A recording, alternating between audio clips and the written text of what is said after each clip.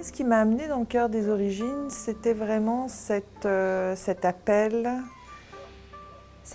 à aller voir le langage tribal, le langage primaire des premiers hommes.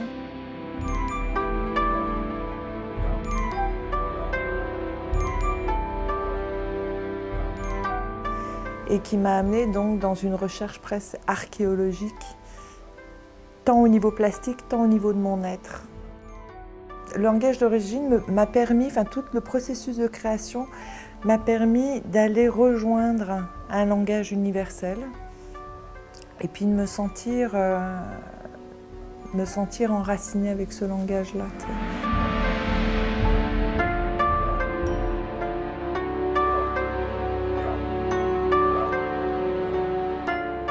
J'avais besoin vraiment d'aller au cœur, tu vois, comme au cœur de la terre, mais pour aller vraiment m'inscrire dans un langage rupestre, pariétal, dans les grottes, aller retourner dans ma grotte.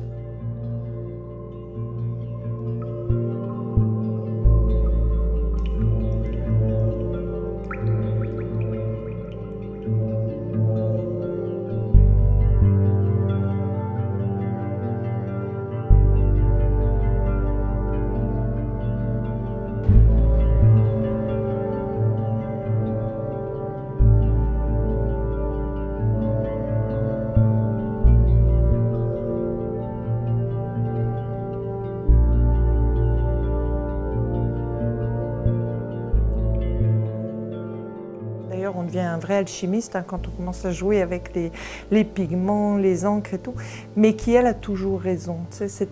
Toi, tu n'as pas raison en tant que peintre, hein, tu crois, mais tu te trompes.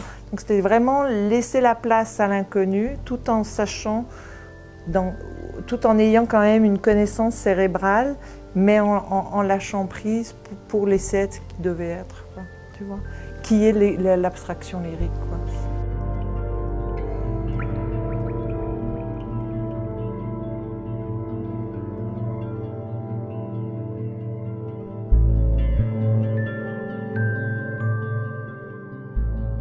Cœur des origines, on va retrouver, bon, je travaille sur bois ou je travaille sur toile. Et puis les matériaux que j'utilise très souvent sont l'encre de Chine, le sable, hein, qui permet vraiment de nous rappeler la pierre, la griffe animale sur la pierre, les inscriptions, les symboles des premiers hommes. Il y a les pigments naturels aussi qui permettent d'avoir des teintes vraiment proches de ce qui pouvait être vécu à l'époque. Et puis il y a de l'acrylique, il y a du café. Je viens aussi mélanger le café, que je trouve le pigment est extraordinaire.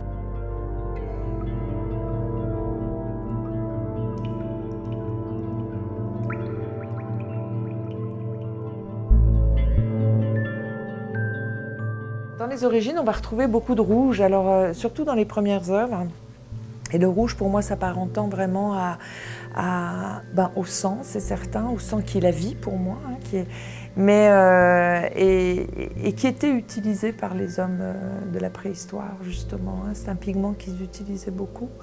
Mais il est certain que, sortant de cette expo, sortant de toute cette recherche, il y a une merveilleuse évolution qui s'est faite en moi. Tu sais, je veux dire, c'est pas un artiste.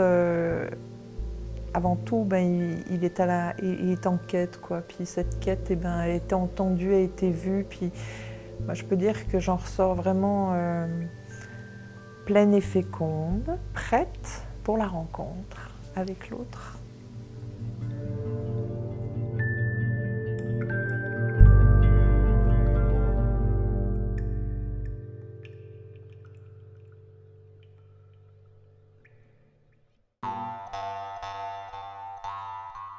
Génial. J'ai eu un désir profond d'aller étudier la matière. Puis comme tu sais, il y a 3 ans, je suis arrivée à Québec. C'est comme un déracinement, quoi. Puis j'ai eu besoin d'aller retrouver des racines, mais des racines qui me permettent d'être de partout sur la Terre. Alors, on est allé loin chercher ça. Là, c'est plutôt une géodésie du terrain, tu vois, voir comment le terrain a évolué dans le temps. Puis, ça c'est le mariage de la Terre et du ciel. C'est enfin nos dualités. Je suis contente pour toi. Ouais. Puis comme je disais, il y a un catalogue d'expos si tu veux faire le tour, parce que vraiment, la lecture, c'est ça, pour arriver à une lecture à part. La première, c'est la